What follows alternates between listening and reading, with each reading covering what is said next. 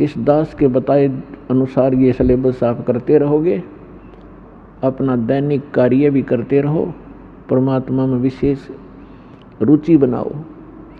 ज़्यादा समय परमात्मा की महिमा सुनने और सुनाने में, मंत्र के जाप करने में, सुबह शाम और दोपहर की जो नित्य नियम बताए हैं उनके करने में ज़्यादा समय लगाओ।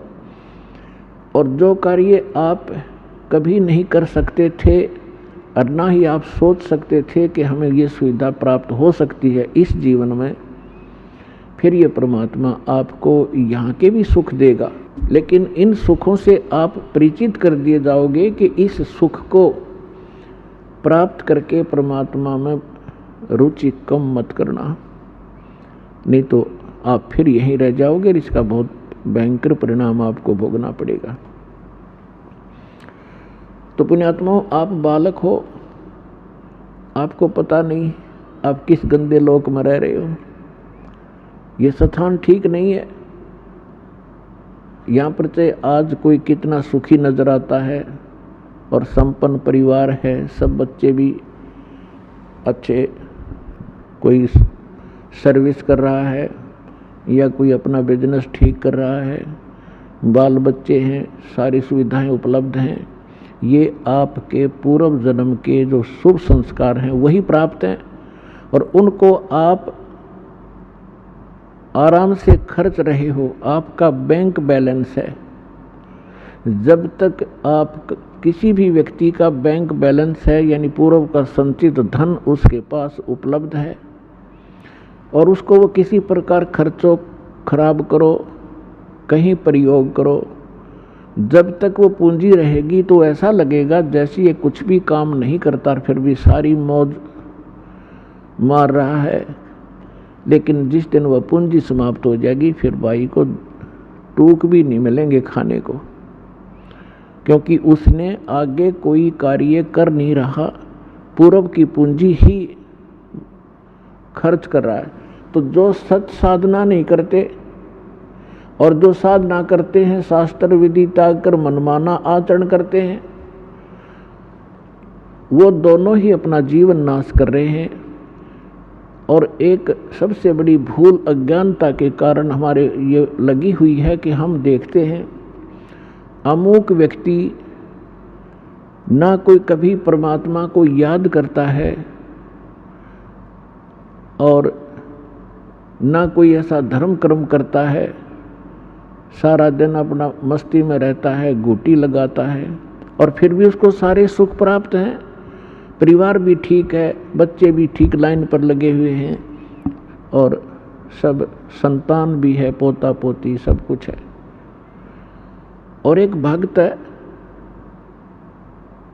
वो सब भक्ति भी कर रहा है, दान धर्म भी करता है, सत्संग में भी आता है और उसको फिर भी कोई ना कोई ठूठा होती रहती है, कोई ना कोई कष्ट घेर ही लेता है।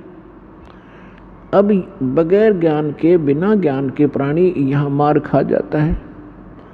वो ये सोच बैठता है क्या फायदा इस भक्ति का, ये व्यक्ति सामने वाला कभी राम नाम लेता नहीं, कोई धर्म नाम की चीज ये जानता नहीं, इसको सारी सुख प्राप्त है और हम सब कुछ कर रहे हैं फिर भी कोई ना कोई दुख आ ही रहा है। तो पुण्यात्माओं, इस ज्ञान को आधार बनाकर जीना जो भगवान ने बताया है। उस प्राणी जो सुखी है कभी भगवान याद करता नहीं, ना कोई धर्म करता है, शराब भी पीता है और भी सारी बकवाद करता है और फिर भी आपको सुखी नजर आता है। उसकी पूर्व जन्म की बैटरी चार्ज है और वो घनी चार्ज कर रहा है, पिछले जन्मों में घने पुण्य दान किए हुए हैं। तो परमात्मा किसी का कुछ रखता नहीं है, जिसने जैसा किया है उसका फल पूरा ही देता है। अब जैसे इन्वर्टर की बैटरी चार्ज कर रखी है, आगे चार्जर हटा दिया या चार्जर लगा रखा है तब बिना लाइट के प्लग में बगैर विद्युत के कनेक्शन नहीं जिसमें ला रखा हो, तो वो है जो शास्त्र विधि त्याग कर मनमाना आचरण करते हैं, वो अपना चार्जर उनमें ला रहे हैं जिनमें लाइट नहीं है, बिजली नहीं है, नकली पंथों और संतों के पास। गलत साधनाएं करते हैं। और जो बिल्कुल नहीं लगा रही चार्जर, साधना करते ही नहीं, वो फिर भी सुखी हैं, तो वो बैटरी चार्ज है उनकी। और जो नकली स्थान पर प्लग, जिसमें बिजली है नहीं, उसमें प्लग लगाए बैठे हैं और वो भी सुखी महसूस करते हैं अपने आप को, क्योंकि उनकी भी बैटरी अभी चार्ज है, लेकिन वो चार्जर ठीक नहीं है। और जो नहीं लगा रहे वो भी ठीक नहीं है। जब तक उनके पूर्व जन्म के पुण्य चलेंगे तब तक तो वो सुखी नजर आएंगे। और जब शुरू होगा पाप का दौर, कैर पे कैर टूटेंगे उनके समझ में नहीं आओगी अब बन क्यों कर गई हमारे साथ, क्या बन गई। तो भक्तों को इस बात को ध्यान रखना चाहिए कि परमात्मा, यदि आपको कोई कष्ट भक्ति करते करते भी हो रहा है, एक आध अनजान भक्त कहता है जी मैंने पाठ भी करा दिया, ज्योत भी बोल दी, सारा भक्ति भी कर रहा हूँ, 1 साल हो गया है और फिर भी मुझे ऐसा हो गया, मेरी भैंस मर गई, कोई लाभ नजर आ नहीं रहा। अरे भले आदमी, यह भी कोई बात कही आपने, तो बिना समझ का आदमी ये बात कर सकता है व्यक्ति। जैसे सर्दी के मौसम में आपको सलाह दी गई अपने माता पिता के द्वारा, बेटा स्वेटर पहन लो, जराब पहन लो, जूते पहन लो, और सर्दी ज़्यादा है, अब जराब भी पहन रखी हैं, जूते भी पहन रखे हैं, कमीज मोटा पहन रखे और स्वेटर भी पहन रखी है, और फिर भी सर्दी महसूस हो रही है। तो क्या वो बच्चा ये कहेगा कि मैंने सारा कुछ पहन रखा फिर भी सर्दी लग रही है, इन्होंने क्या बचाव किया मेरा। अपने आत्माओं, कई भक्त अनजान कहते हैं मुझे कोई लाभ नहीं हुआ, मैं तो भक्ति ही छोड़ दूंगा। तो ये बातें इस ज्ञान को सच्चे ढंग से अच्छी तरह ना समझने के कारण ही ये मन में इस प्रकार की जो दुर्भावनाएं पैदा होती हैं। उसके लिए सत्संग ध्यान से सुनना चाहिए। अब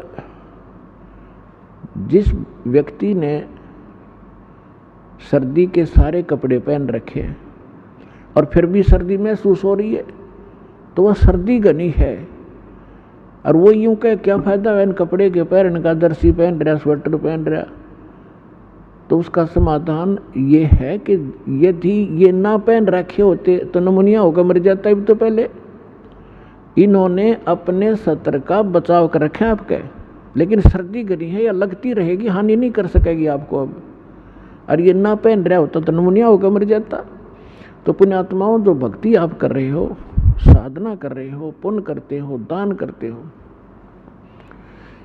ये आपको स्वेटर, जर्सी और जुराब पर आई जा रही है और फिर भी कोई हानि हो रही है तो होने दो वो, क्योंकि आपके पाप कर्मों की सर्दी घनी है, लेकिन वो हानि नहीं कर सकती। थोड़ी बहुत आपको आभास अवश्य होगा, जैसे हाथ ठंडे हो गए, कान्ना का ठंडी ठंडी हवा लग रही है, लेकिन हानि नहीं कर सकता आपको, क्योंकि आपने बहुत बचाव के कपड़े डाल रखे। इस बात को ध्यान रखना। और दूसरी बात यह है कि कबीर परमेश्वर जी कहते हैं हमारा दिल डांटने के लिए, दिल डांटने का मतलब इस मार्ग पर स्थिर रखने के लिए और यथार्थ ज्ञान बताते हैं।